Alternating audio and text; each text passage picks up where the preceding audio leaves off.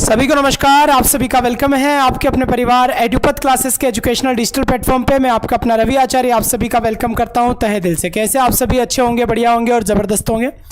RPSC grade second के लिए आज हम एक और इंडियन राइटर को डिस्कस करने वाले हैं, वो है आपके रस्किन बॉन्ड। जी हाँ, बिल्कुल, ये इंडियन राइटर है, एंग्लो इंडियन है रस्किन बॉन्ड।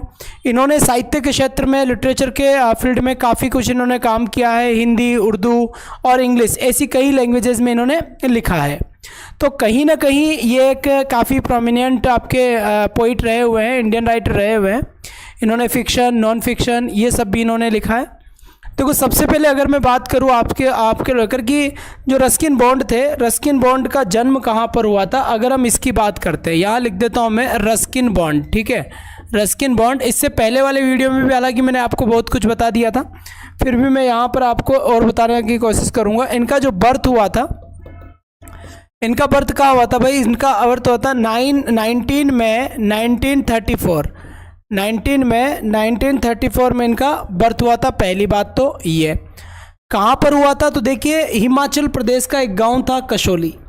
हिमाचल प्रदेश का एक गांव था कसौली, वहाँ पर इनका जन्म होता है। और इनके जो पिता थे वो रेलवे स्टेशन पे काम किया करते थे। और इनके अगर ग्रैंडफादर, ग्रैंडमदर की हम बात करें तो ब्रिटिश सरकार में, ब्रिटिश सरकार के सेवक थे, ब्रिटिश लोगों के सेवक थे। रस्किन बॉन्ड के दादा दादी, रस्किन बॉन्ड के पापा रेलवे स्टेशन पे काम किया करते थे। अगर हम इनकी एजुकेशन की बात करें तो यहाँ लिखा है मैंने एजुकेशन। सबसे पहले मैं बताना चाहूँगा कि सेंट जोसेफ जो स्कूल था, सेंट जोसेफ अकेडमी जो था, अकेडमी, इसके अंदर नैनीताल में, नैनीताल, यहाँ पर इनकी एजुकेशन हुई। इनके बाद की जो एजुकेशन थी वो अल्माड़ा और देहरादून में हुई। फर्दर एजुकेशन मतलब आगे की जो इनकी एजुकेशन थी वो आगे की एजुकेशन कहाँ हुई भाई? आगे की एजुकेशन इनकी अल्माड़ा और साथ ही साथ देहरादून, प्लस देहरादून, देहरादून। ठीक है, तो इनका एजुकेशन स्टार्टिंग में सेंट जोसेफ एकेडमी में इनका एजुकेशन हुआ जो नैनीताल में है। इनका आगे का एजुकेशन अल्माड़ा और साथ ही साथ देहरादून में इनका एजुकेशन होता है यहाँ पर। इसके बाद अगर मैं आपसे बात करूं तो इनकी जो पहली स्टोरी थी जमीनी झील, लिख देता हूं यहाँ जमीनी झील। हालांकि ये बहुत छोटी स्टोरी थी इसलिए बहुत कुछ इनका मेंशन नहीं था। 1951 में ही इन्होंने लिख दी थी, 1951 में ही इन्होंने लिख दी थी जमीनी झील। एक बार रुक जाओ, जमीनी झील।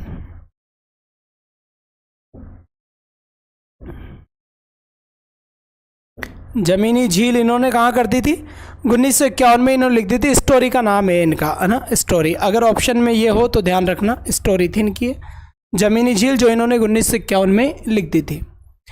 इनका जो मेन सेंटर पॉइंट था वो सेंटर पॉइंट ध्यान रखे, ये क्या करते थे, ये प्राकृतिक सौंदर्यता के बारे में लिखते थे या फिर कॉमन लोगों के बारे में लिखा करते थे। तो ये कॉमन पीपल के बारे में लिखा करते थे और कॉमन नेचुरल चीज़ों के बारे में लिखा करते थे, नेचुरल थिंग्स के बारे में ये लिखा करते थे। ठीक है, और नेचुरल थिंग्स के बाद ही जैसे इनका जो अट्रैक्शन था हिमालय के बारे में, हिमालयाज़ के बारे में जो इनका लव था उसके बारे में ये लिखा करते थे। स्पेशली 3 चीज़ों के बारे में इन्होंने लिखा है, कॉमन पीपल के बारे में लिखा है, नेचुरल थिंग्स के बारे में लिखा है और हिमालयाज़ के बारे में लिखा है। ठीक, एक सेकंड थोड़ा सा रुके। हाँ जी, बिल्कुल, रस्किन बॉन्ड साहब की बात चल रही है यहाँ पर। तो रस्किन बॉन्ड साहब ने इनके बारे में लिखा है।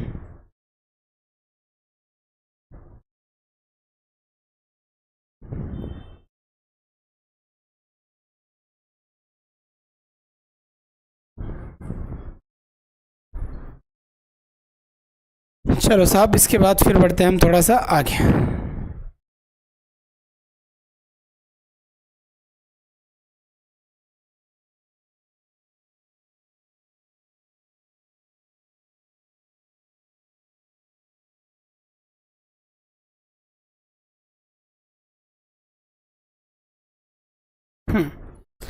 दूसरी बात एक और ध्यान रखें कि हमने क्या किया है कि मैंने आपकी इनके जो क्रिएशन थे, इनके जो वर्क्स थे, उनके लिए एक ट्रिक भी हमने बनाई है। तो सबसे पहले हम उसकी बात करेंगे। रस्किन बॉन्ड को काफ़ी कुछ प्राइजेस मिले, साहित्य अकेडमी अवार्ड इनको मिला है, पद्म श्री अवार्ड इनको मिला है। अगर मैं बात करूं तो 1992 में 1992 में इनको साहित्य अकेडमी अवार्ड मिला था, क्योंकि 1991 में इन्होंने एक क्रिएशन लिखा था, our trees grow in Dehra. ये इनका एक क्रिएशन था, ये इनका वर्क था कि our trees grow in Dehra, 1991 का, यानी कि 1991 का इनका एक वर्क था। और इसी वर्क जब ये फेमस हुआ तो 1992 यानी 1992 में इनको साहित्य अकेडमी अवार्ड मिला। इनको पद्म श्री अवार्ड जो मिला वो 1999 में मिला। और साथ ही साथ आपको बताना चाहूँगा कि पद्म भूषण इनको मिला था 2014 में। ठीक है, 2014 में इनको पद्म भूषण मिला था। आपका जो the room on the roof 1956 में इन्होंने लिखा था, और 1957 में इनको जॉन लेवेनियन प्राइज़ भी इनको मिला था इस क्रिएशन के ऊपर। तो इनके साहित्य अकेडमी अवार्ड हो गया, पद्मश्री हो गया, पद्म भूषण हो गया एंड जॉन लेवेनियन हो गया। क्रिएशन मैंने आपको बता दिया है, टाइम पीरियड मैंने आपको बता दिया है। 1991 में इन्होंने जब आवर ट्रीज ग्रो इन डेरा लिखा था तो 1992 में इनको साहित्य अकेडमी अवार्ड मिल गया था इसी के लिए। पद्मश्री 1999, 2014 पद्म भूषण, जॉन लेवेनियन 1957, इनका एक क्रिएशन था 1956 का, क्या नाम था, the room on the roof, बिल्कुल यही नाम था उसका। उनके लिए इसको ये प्राइज़ मिला था। तो इनको ये कई सारे प्राइज़ थे जो इनको मिले थे। ठीक है साहब, आगे चले, बहुत बढ़िया बात है, आ जाओ। अब यहाँ पर थोड़ा हम और आगे बढ़ने की कोशिश करते हैं। ठीक है, इन्होंने कई सारे उपन्यास लिखे, इन्होंने कई सारी चीज़ें लिखी। आ जाओ तुम इधर यहाँ से यहाँ पर आ जाओ।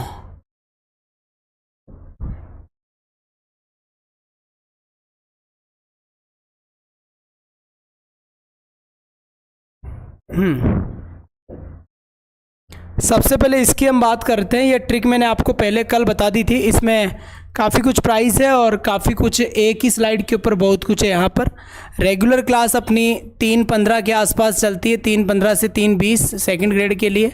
फर्स्ट ग्रेड के लिए जो क्लास चलती है वो 5 बजे चलती है, 5 बजे फर्स्ट ग्रेड के लिए, और 3:15 3:20 आपके किसके लिए है, ये कहीं ना कहीं आपकी सेकंड ग्रेड के लिए है। देखिए रस्किन बॉन्ड ने जो लिखा था वो एक ट्रिक के अंदर है, हालांकि बाहर भी है, इन्होंने बहुत कुछ लिखा है तो इतने ट्रिक बनाना पॉसिबल नहीं था, फिर भी थोड़ा बहुत एक कुछ के लिए बना दिया। यहाँ पर आपको याद रखना है कि रस्टी सैड होकर ब्लू अम्ब्रेला के साथ नाइट ट्रेन में दिल्ली के एक टाउन के रूम की वैली में कबूतरों को नट डाल रहा था। क्या डाल रहा था? नट। आप इसे टुकड़े कर लीजिए इसके, फिर याद रखें कि रस्टी के साथ था, सैड था, किसके साथ गया था? ब्लू अम्ब्रेला के साथ। और कहाँ गया था? दिल्ली। दिल्ली में कहाँ था? एक गांव, टाउन। उस टाउन का क्या था? एक कमरा। कमरे के अंदर क्या थी? एक घाटी। किसको डाल रहा था? कबूतरों को। क्या डाल रहा था? नट डाल रहा था। तो इसमें सारे के सारे क्रिएशन आपके आ जाएंगे। तो रस्टी सैड होकर ब्लू अम्ब्रेला के साथ नाइट ट्रेन में दिल्ली के एक टाउन के रूम की वैली में कबूतरों को नट डाल रहा था। तो यहां जब आप देखेंगे तो यहां पर देखिए रस्टी से दो इनके वर्क्स निकल कर आएंगे और दोनों के दोनों वर्क्स ही आपके क्या हो जाएंगे? इस ट्रिक में आ जाएंगे। The adventure of rusty and rusty from the hills, दो आपके क्रिएशन है जो रस्टी के नाम से आएंगे। The adventure of rusty and rusty the boy from the hills. Adventure of rusty 1963 यानी 1963 का वर्क है, और रस्टी द बॉय आपका 2002 का वर्क है। सैड यानी द सेंसुडिस्ट। जब द सेंसुडिस्ट की बात आती है तो द सेंसुडिस्ट की अगर बात आती है तो आप समझ सकते हैं कि ये भी एक इनका क्रिएशन था, द सेंसुडिस्ट। तो सेंसुडिस्ट वाला 1971 का इनका एक क्रिएशन है। इसके बाद आता है द ब्लू अम्ब्रेला। क्या आता है, द ब्लू अम्ब्रेला। और ये ब्लू अम्ब्रेला कहाँ का है, 1980 का है। ब्लू अम्ब्रेला अपने आप में एक क्रिएशन है, 1980। द नाइट ट्रेन 1988 का है। दिल्ली, दिल्ली से लिखना है, Delhi is not far, Delhi दूर नहीं है, 1991। इसके बाद town, A town call Dera, 1993। Room, the room on the roof, 1956। The room on the roof, जो रूम से बना है। और इसी के लिए 1957 में जॉन लेवेलियन प्राइज मिला था। Valley, vagrants in the valley, 1957 में, वेग्रेंट्स इन द वैली। कबूतर यानी pigeon, a flight of pigeons, 1978। Nuts, a handful of nuts, 1988। तो ये सारे के सारे आपके जो वर्क्स थे वो इस ट्रिक में आ जाएंगे। रस्टी सेड होकर ब्लू अम्ब्रेला के साथ नाइट ट्रेन में दिल्ली के एक कस्बे के रूम में, रूम की एक वैली में कबूतरों को नट डाल रहा था। ठीक है, एक तो ये ऐसे याद कर लेना है। फिर अगर हम बात करें आपसे, यहाँ आ जाओ, लो यहां पर देखिए, कई सारी इनकी चिल्ड्रंस बुक थी, बच्चों के ऊपर इन्होंने काफ़ी कुछ लिखा है, लगभग 64, और 500 के अबव इनके वर्क्स है, 500 से ज़्यादा इनके वर्क्स है। यहाँ पर देखो जो चिल्ड्रंस बुक थी उसमें क्या क्या था, ग्रैंडफादर्स प्राइवेट जू, दादाजी ने अपना खुद का चिड़ियाघर बना लिया था बेटा, 1994 में लिखा गया था grandfathers private zoo. The cherry tree, और उस चिड़ियाघर में एक पेड़ लगा दिया चेरी का, किसका पेड़ था, चेरी का पेड़। एंग्री रिवर, एंग्री रिवर, उसी चिड़ियाघर में एक नदी बह रही थी, 1972। अ फ्लाइट ऑफ पिजन्स, 1988, एक ही है। Cricket for the crocodile, 1992। बात समझ में आ गई यहाँ पर। ये जो ट्रिक लिखवाई गई थी, ये ट्रिक बिल्कुल हमने बनाई है, ऐसी कोई बात नहीं है, एकदम रेडी और बढ़िया तरीके से आप आराम से इसको पढ़ सकते हैं, पूरी की पूरी। एक दो बार पढ़ोगे तो याद हो जाएगी, एक बार में तो कुछ याद नहीं हो, लेकिन दो चार बार एक बार अगर पढ़ोगे तो ज़रूर आपको याद हो जाएगी। हाँ जी, बिल्कुल बिल्कुल साहब, ठीक है, धन्यवाद, शुक्रिया।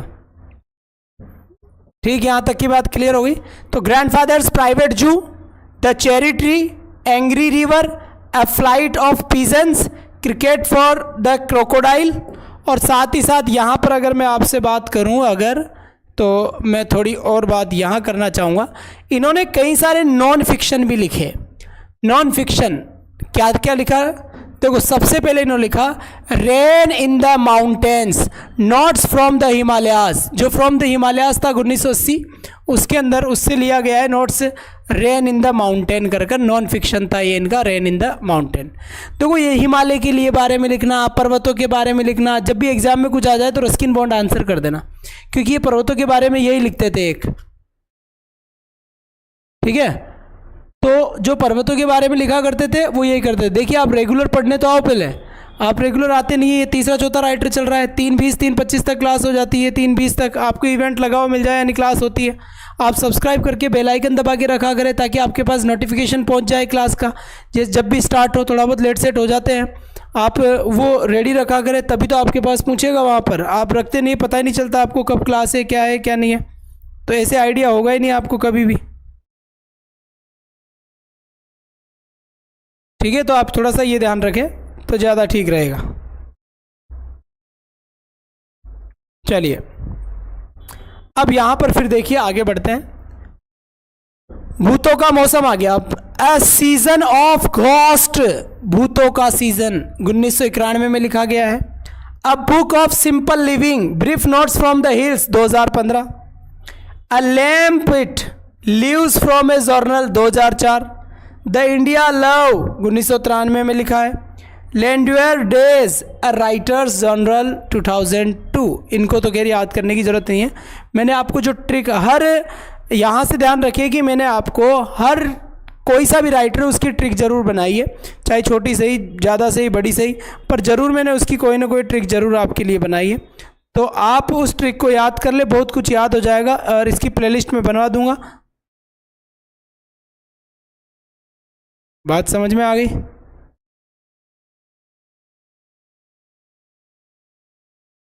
ठीक है साहब, ठीक है, ये बात है। इसके बाद फिर यहाँ से देखिए ये ट्रिक वापस आ चुकी है, एक बार बोल देता हूँ।